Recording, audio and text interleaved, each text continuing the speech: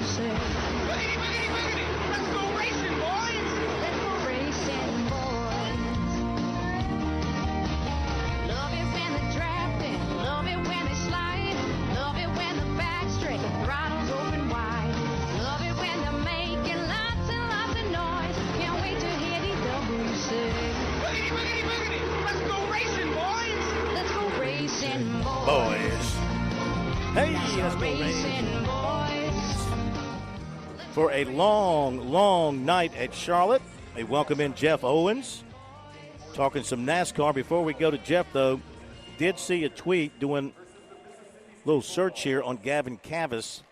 According to what was on the SEC network that Kendall Rogers tweeted, Casas suffered a serious hamate bone injury when he was at the plate. X-rays after the game to confirm the severity.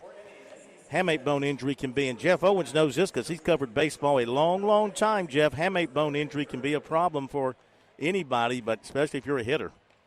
Yeah, if it's serious, you're probably looking at about 6 weeks or so, which puts him out for the rest of the year. And, you know, Gamecock fans are sort of familiar with this. You remember back in the, I think the 2011 College World Series, Christian Walker suffered a similar injury, and he was able to continue and play through the playoffs. So we'll see what the X-rays say. You know, certainly a blow for Costas and the team. You hate it for them. But we'll see what happens, but hopefully it's not too serious. Yeah, you hate that. He had a 3-run homer today that I think is still traveling through the atmosphere. That thing was blasted. Okay. Yeah. Speaking of blasting, let's go back to the All-Star race. I guess the race was a snooze, but they made up for it after the race, and Kyle Busch got blasted. And then NASCAR blasted some people on Wednesday. So what'd you take away from all that? And what do you think about the All-Star race? Leave it like it is. It was just one of those deals, or they need to jazz it up some more? Yeah. Well, it was an interesting night for sure. I don't think the race was what we want. It wasn't a great race. You know, some good racing back in the pack, but you saw the same guy basically lead every single lap because they couldn't pass. So they still need some work to do there. But the post-race festivities saved that event, no question about it. One of the best or worst fights I've seen in a long, long time, depending on your view of it, your perspective. But Ricky Stenhouse, you know, you got to give a guy some credit. He was fed up, you know. He'd had enough of Kyle Busch, and he cold-cocked him. And that led to a brawl and some fines and some suspensions and all that. The problem I've got with it, Phil, is that, okay, I understand you can't tolerate fighting, and you got to step in and do what's politically correct and appease the sponsors. But, you know, NASCAR spent all night after that race and the next couple of days promoting that fight, showing that video over and over and over again, and then they go find the guy $75,000. Yeah. I think that was ridiculous. I think it's hypocritical.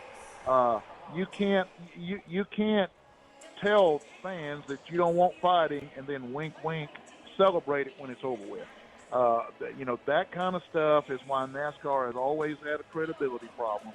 Mm-hmm. So I hate that. But, you know, as far as the race, you know, I think the short track problems with this car sort of bit them. It was certainly better than last year, but they still got some work to do. And I don't think it's the track. I think it's the car. The softer tires did not work out like they hoped. But, you know, I'm all for continuing to try to make it work at Wilkesboro. I saw somebody today, I think it was Dale Jr., tweeted this week, let's have a points race at Wilkesboro and move the All-Star race back to Charlotte. That sounds like a pretty good idea to me. Yeah. Well, you made a great point. You made a great point about them playing it up on one hand and then slapping the guys on the other. That is hypocritical. Here's what surprises me. What is wrong with Kyle Busch? First of all, he's not winning races. But number two, he is like the bad boy of NASCAR. What is Kyle Busch doing letting Ricky Stenhouse get a shot in on him and not retaliate? Certainly he had to be expecting it. He had a bottle in his left hand, and I think he was trying to cash it out and avoid confrontation. Kyle Busch of 10 years ago not only would have been looking for the confrontation, he would have instigated the confrontation. Yeah, probably so. You're right. You know, Kyle, I'll give Kyle credit. You're right. In the past, Kyle Busch would have been right in the middle of that, and he'd probably thrown the punch first. I'll give Kyle Busch a tremendous amount of credit for this. He has really matured and grown up and become a much more responsible guy in the past decade. And he's tried to stay out of that kind of stuff. Ricky Stenhouse, we've never seen this from him. So I don't think Kyle was expecting it. I think they were having a discussion and an argument about it, and I think Stenhouse just cold-cocked him. I don't think Kyle expected it at all. And it set off a wild brawl. I mean, Stenhouse's father even got suspended because he took a shot at Kyle. That's pretty bad. That's pretty bad when you get slugged not only by a driver but by his old man too. And then Richard Childress wishes he'd have been in the middle of it. Maybe we need to let Childress and Stenhouse Sr. go at it. Well, I tell you what they ought to do. They ought to say, look, everybody who's got frustrations through that part of the season, after the All-Star race, everybody meet in a corral on pit road, pick out your partner, and go at it. And if you have multiple guys you want to fight, then you'll fight multiple guys. Get it out of your system. So Let's go to Charlotte. It's going to be a long night of racing. How do you think Kyle Larson's going to handle 500 at Indy, 600 at Charlotte? Tony Stewart did it how many times? A couple of times? A couple of times, yeah. Never won. He never pulled off a victory. So, I mean, are you cheating both ways? Are you shortchanging both your teams at Indy and Charlotte by trying to be this Superman and pull this off? Yeah, probably a little bit. That's a fair point, I think. However, this is one of the most phenomenal feats in sports I believe I've seen. And I'll tell you a real quick story. The first time Tony Stewart did it, he ran 1,000 miles that day, 1,100 miles. He gets out of his car at Charlotte. He basically collapses on the ground by the gas pumps. And we're all standing there watching to see what happens. And here comes somebody pushing and shoving and working his way through the crowd. And he gets to Stewart, and he picks him up off the ground, and he hugs him.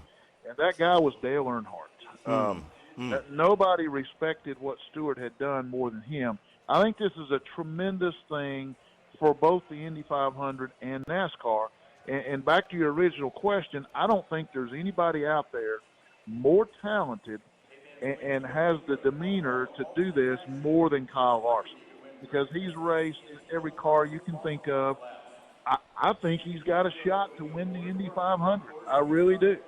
Now, when he gets back to Charlotte, that's when it's going to be tough for him because he's already run 500 miles. They're going to have to hydrate him and get him ready. But it can be done. We've seen Stewart do it. We've seen some others do it.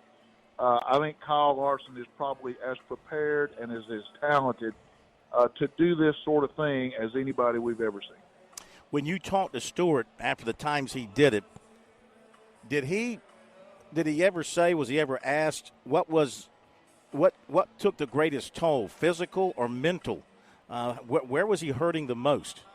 Yeah, I think it was physically. I think he was just completely worn out, just exhausted. I mean, I can't imagine. That's almost like running 2 marathons in one day or something like that. It's just, mentally, I think these guys can handle it. I mean, they're used to getting in that race car and shutting out the world and focusing on their job. You've got to be able to do that to be a race car driver. I think the physical toll is what got Stewart. And let's face it, Tony Stewart was never in the greatest shape anyway. So I think that got to him a little bit. I think Larson, probably a little bit better condition. They've learned a lot over the years from doing this. I think they'll take good care of him physically, and I think he'll be just fine. The challenge is, the time. Can they get him back here in time to get him in the car for the green flag? And they've got precautions and backup plans and all that. And now part of the dilemma, too, is President Trump is coming in here. Yeah. And, that's going to – at first they were real worried about the airspace and what was going to happen. But from what I understand, they've worked all that out. So it's going to be a lot of drama for sure, and it's going to be incredible to watch this unfold on Sunday. Jeff, as always, we thank you. Enjoy the racing weekend, and we'll talk to you next week. All right, Phil. Have a good one. Great stuff, my man. Thank you. Jeff Owens with us in the fast lane. We